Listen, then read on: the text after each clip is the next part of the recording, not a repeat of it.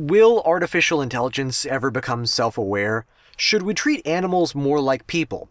And when does personhood begin, and when does it end? These are questions that are difficult to answer not just because they contain some of life's deepest questions, but because of the ambiguity of language. When we say that something is self-aware, is that the same as being sentient? I would say no. Although contrary to my usual stubborn demeanor, I understand that this is a topic in which the colloquial usage of language can be a bit all over the place. I, for example, often catch myself saying conscious, when what I really mean is sentient. So language being as subjective or arbitrary as it is, what word should pair to a given concept is a matter of opinion. I can say that I think the definitions that we can find from dictionaries and other online sources are going to lend themselves very nicely to the definitions I will provide for you in this video, which I think also aligns with how people commonly use these words and phrases. But point being, I just don't want to get caught up in semantics. This video isn't really about accepting that these specific words mean these specific things, but instead understanding that these concepts exist in general. And so I want to talk to you about these concepts because I think a lot of people don't have a firm understanding of them. And at least as I see it, not having a firm understanding of these concepts has led a lot of people to a lot of bad ideologies. But before we can get to that, what does it mean to be conscious, to be self-aware, sapient, or sentient? Well, before we tackle these different aspects of an entity's ability to perceive, understand, and interact with the world around it, we need something to work with as a grounds to prove the various claims I'm about to make. Since I don't want to use any of these words to define or describe these words, let's use personhood. Although personhood is likely implicitly defined by sentience, which breaks our rule, however, it's probably going to be impossible to not break this rule in some way. And it may be helpful for the purposes of this video to describe these other terms by means of their relation to sentience. So let's just begin with an easy assumption. You are a person. An artificial intelligence may or may not be a person depending on its complexity.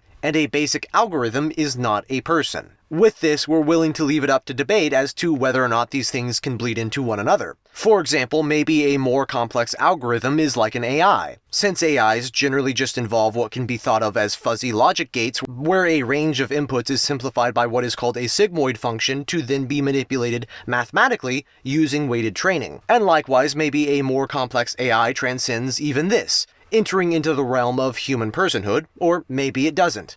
If it is true, however, then the more complex something becomes, the more like a person it is.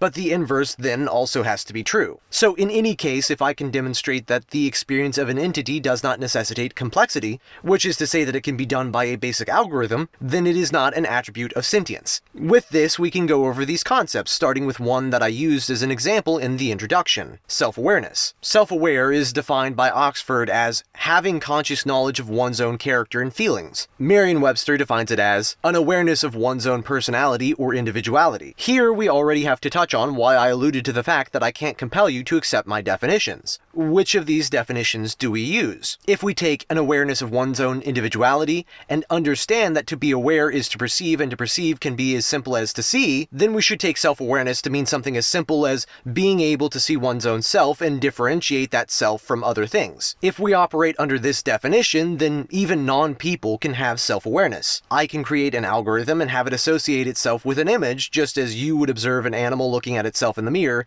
and conclude that it can recognize itself as a discrete individual. In the same way that an AI can be trained to recognize faces, I could scale down the fidelity of an image such that there are only a few if-then checks I would have to write. For example, we could make it so the quote-unquote face of my algorithm is just 3 pixels by 3 pixels. I can write a series of if-then statements to check each pixel and return "that's not me" if the algorithm does not see its face, and "that's me" if it does. And this is because there's no rule given to us by this definition that states that the individual must be complex. The entity doesn't have to look a specific way, so it can be an entity of 9 pixels. And it's not as though the image being disconnected from the entity means that we cannot say that this is actually the entity. Are you the mirror when you look at yourself in the mirror? Even when you say that you are the thing that the mirror reflects, is your image immutable? Or could you cut your hair or change your features and still be you? When you recognize a physical thing as being you, it is merely a thing associated with you. In theory, I could take your brain and place it into someone else's body. When you look at yourself in the mirror, do you quote-unquote recognize recognize your own reflection. If I keep you as a brain in a jar and put you in a line with dozens of other brains in jars with only a camera in the room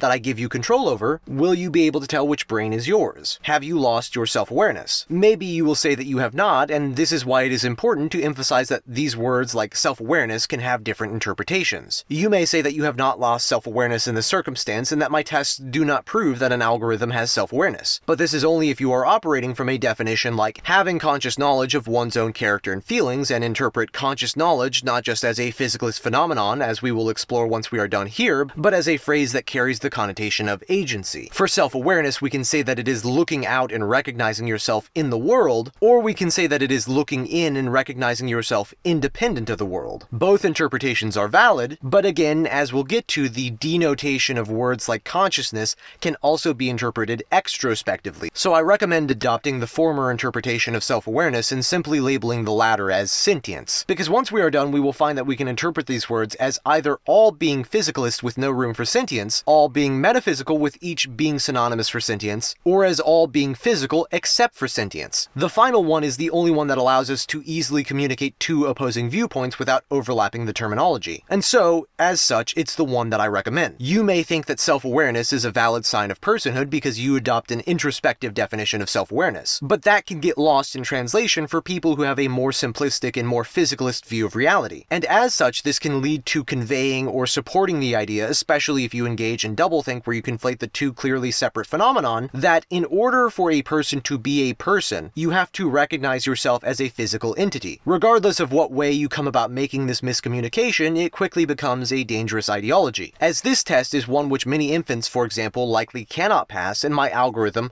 not even being a person, can. And for example, a person in a coma would not pass this test either, nor would a sleeping person. However, we know that a sleeping person is a person, and that really hits home at what I'm talking about here. These very common colloquialisms and the imprecise usage of language has made having a clear conversation about, well, us, so impossible. Because, for example, if you were to hit someone so hard that this person fell into a state of slumber, we wouldn't really call it slumber, would we? We would say that the person was knocked unconscious and that the person is no longer conscious. This is because Oxford defines consciousness as the state of being awake and aware of one's surroundings, and conscious as aware and responding to one's surroundings awake. This means that the conscious knowledge from the definition of self-awareness can only imply agency via connotation, or by virtue of knowledge where some definitions of knowledge necessitate a person. Otherwise, here too we find that consciousness is not unique to people, as non-persons can likely experience consciousness, and people can experience a lack of consciousness. When a person is asleep, this doesn't make that person any less of a person. And for example, if we accept that my algorithm can be aware in the non-sentient sense that it can take in stimuli and respond with predetermined results, then the state in which it does this is consciousness, and when I turn off my algorithm and it ceases to do this, it is unconscious. The only trait that my algorithm can possibly be said to not exhibit is intelligence. When something is intelligent or more generally able to think, this is called sapience. Whereas all other traits can be easily understood and shown to not correlate to sentience or personhood, the question of how separate and distinct sentience and sapience are is quite tricky. First, without diving too deep into other deeper philosophical topics, let's skim over the necessities for each worldview. For example, you may often associate the idea that intelligence doesn't make a creature more of a person with the stark distinction certain theistic beliefs draw between people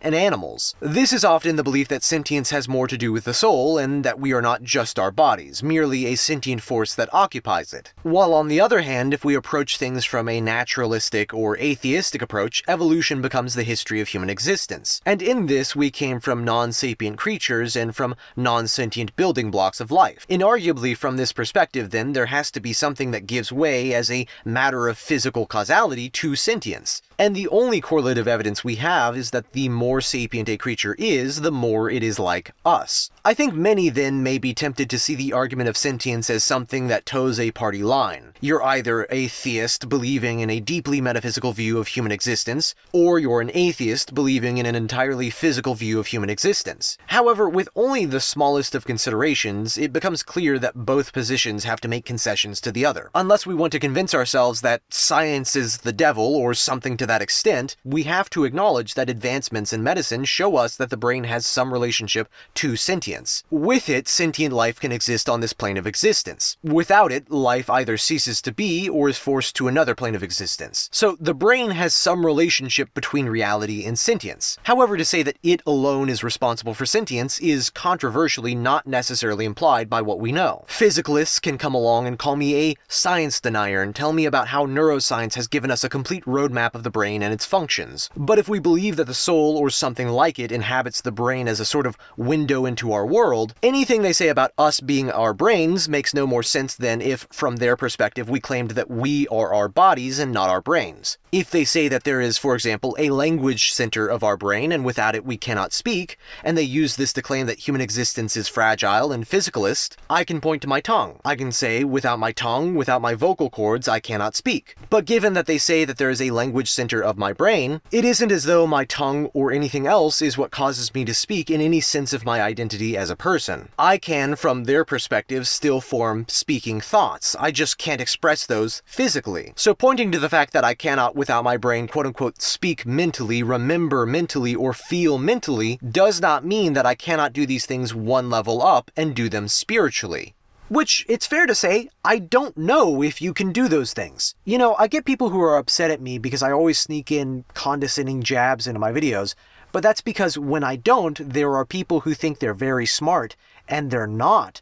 And they misinterpret my agnostic positions as theistic positions. Granted, I am not agnostic, but what I'm trying to say is that I could go into a lot of detail about how I think a great deal of what makes us, well, us, is physical. Our environment, our genetics, and our experiences. I don't subscribe to a lot of the, I guess you could say, more mystical, libertarian, and immutable interpretations of the soul. But at the same time, I don't reject them either, especially on the basis of, science says you're wrong, when a lot of scientists believe in God, they believe that the soul exists, or the soul is silly, because that's just not an intellectually mature take. Sorry. While there is something in the physical world that correlates to sentience, sentience itself is not necessitated by the physical world. In this, I think we unquestionably arrive at the conclusion that the soul exists, or if you would like for your secular sensitivities, you can call it the mind. There is a part of the self that exists and cannot be explained by the materialist interpretation of the world alone. If evolutionary biologists tell us that intelligent, self-aware life forms outperformed their less intelligent counterparts, and this is why sentience exists, the flaw here is that, as we will prove, sapience is not sentience. Right now, you probably know somebody that is as intelligent as you, or at least somebody that you imagine has the same experience of being an existent, introspective being as you. You understand that this person is a person, yet you do not experience the same sensory input as this person. This is to say that you are not this person. It's like you're playing the game of your life and everybody you know exists in separate rooms with separate TVs or separate monitors. It's not like someone else is in your room playing your game while you just watch. And even more apparent, it's not like the game is playing itself with you outside of the room. If it were, then you would not be sentient. Yet at the same time, the game would still be playing just as it does for all of the people that you see that do not exist as you. This, in philosophy, is called a philosophical zombie. When we say that intelligent beings are evolutionarily desirable, this could be true, but why is it necessary to have someone in the driver's seat, so to speak? Right now, why do I have to exist? Why can't my role be fulfilled by an intelligent nothingness, like an algorithm or a non-sentient AI? Why can't this thing be operating my body instead? Why is the movie theater not empty as the film rolls? Why is it instead that I sit here watching the story of my life? It just isn't really a sufficient answer to say that intelligent life is evolutionarily fit. Philosophical zombies could fill the same niche just fine, which I suppose isn't to say that this alone proves the soul or disproves evolution. Just as I can ask why, someone can respond, why not? However, once we realize the truly strange nature of sentient existence, preconceived preconceived notions of a physicalist existence become just as bizarre, if not more so. If we say that there is no soul, then we must be the chemical and electrical impulses running through our brain, correct? After all, we can't be just our brains and nothing more because our brains continue to exist for a time after brain function has ceased. And on top of that, 98% of the atoms in our body are replaced every year through metabolic processes. So the brain cannot be explained by reductionist theories. Your brain is not technically the same brain it was a year ago, but the experiences it continues to hold of you is. You can't trace it down to the atoms are not the same, and you likely can't trace it down to anything else, because if the exact likeness of the atom does not matter,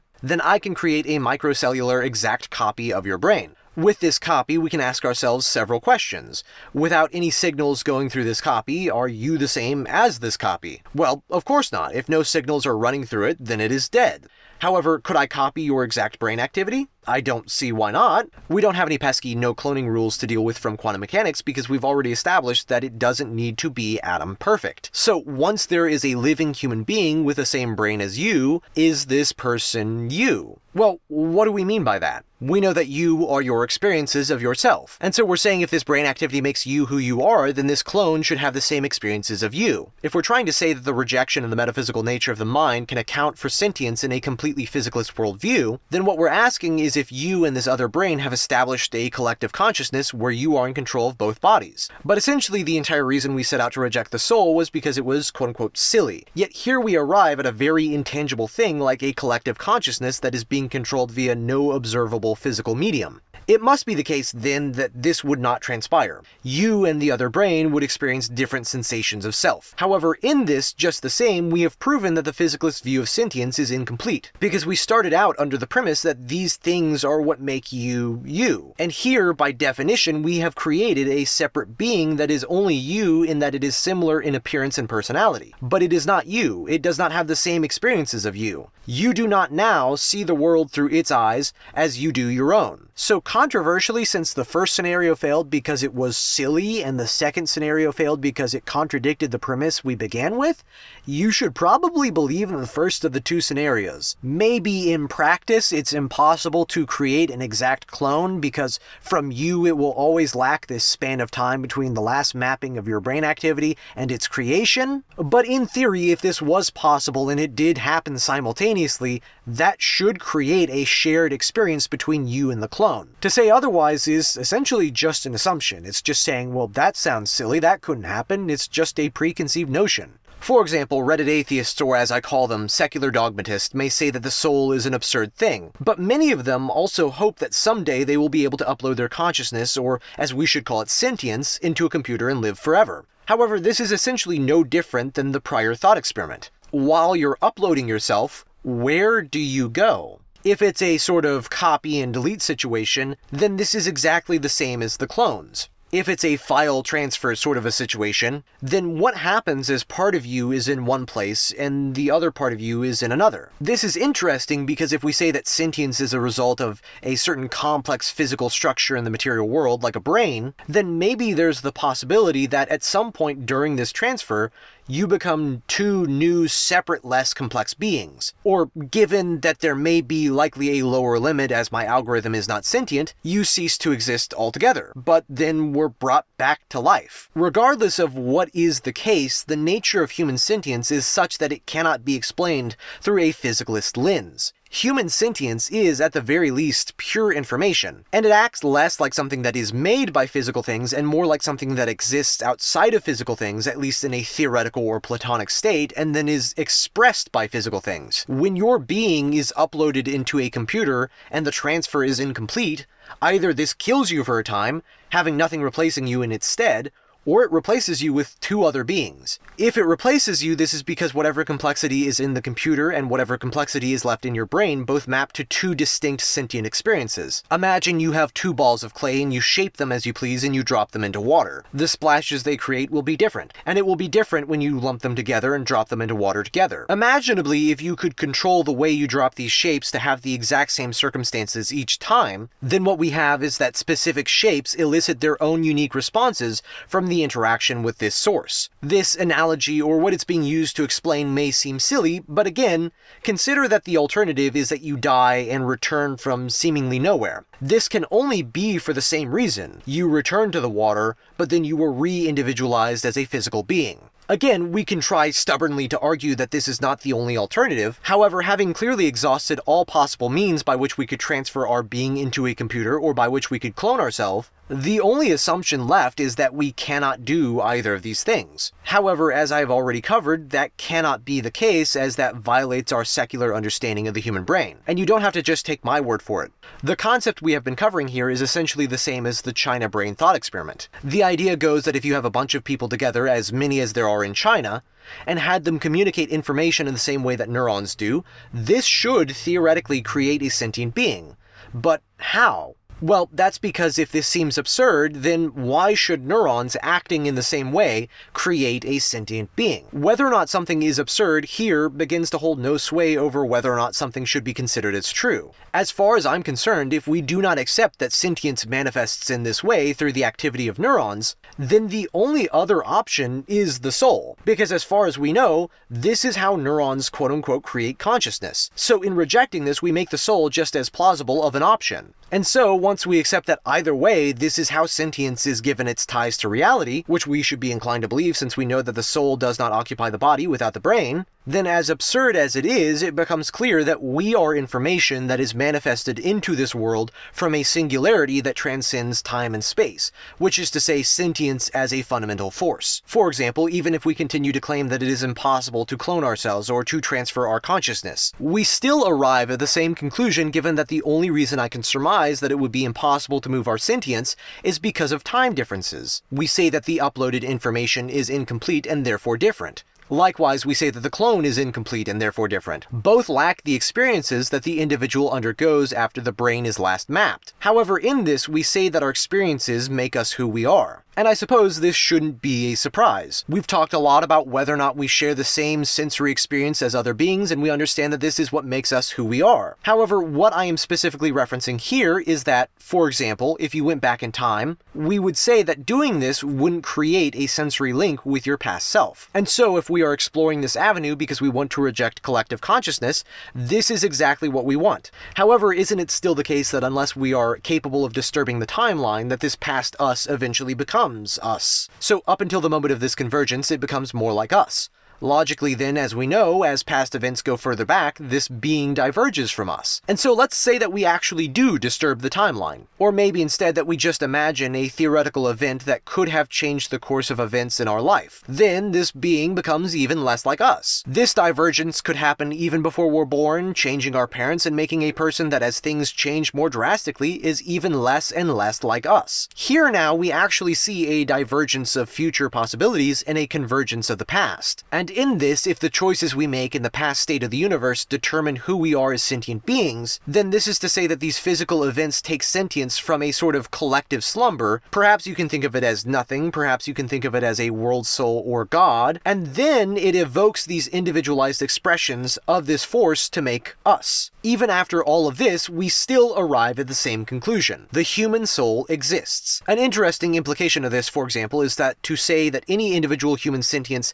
ceases upon death is like saying that gravity ceases to be when objects do not warp spacetime. Gravity is just the expression of spacetime. Sentience is just the relationship between complex objects in spacetime and some transcendental force. Now, what are the specific details of the implications of this? I don't know. However, all I do know is that physicalism is not sufficient to explain it. Now, some may argue that this final example requires a rejection of the previous scenarios, and as such, I have not proven that this is a fundamental force that transcends spacetime. However, this alternative only comes from cloning or transferring being impossible in practice.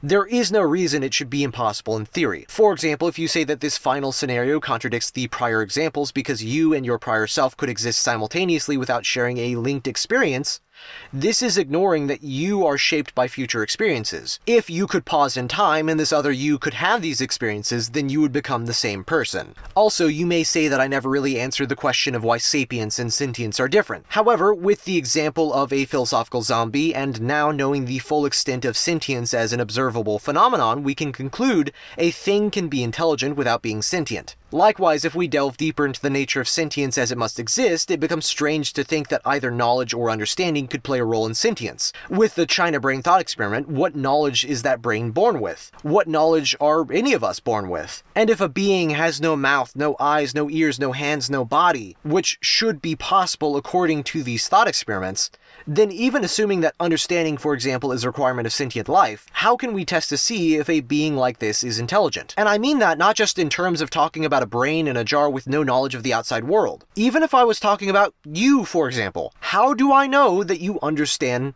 anything? You can show what seems to be understanding just as I could. But this video, for example, how do you know that I understand anything that I'm saying? Maybe I got this all from ChatGPT. Maybe I just memorized this from a book. Maybe this isn't even me. Maybe this is AI. You just don't know. You could probably argue that at some point in history, people had to have had the ability to take information and generate something new from it. But demonstrating this ability in any one person is difficult, if not impossible.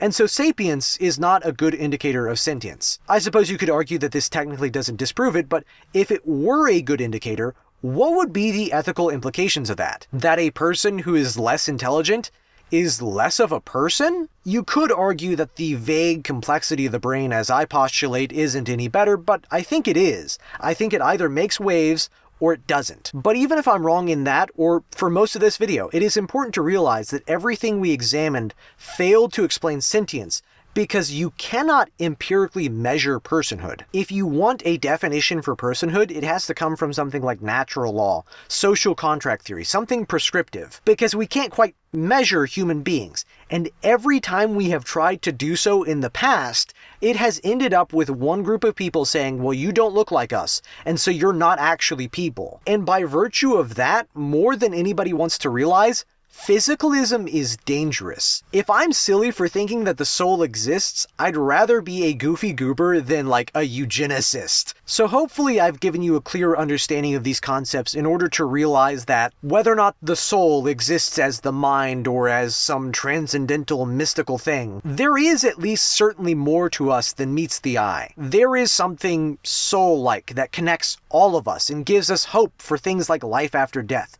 rather than believing that we just live in a boring, cold, and mundane universe. We don't.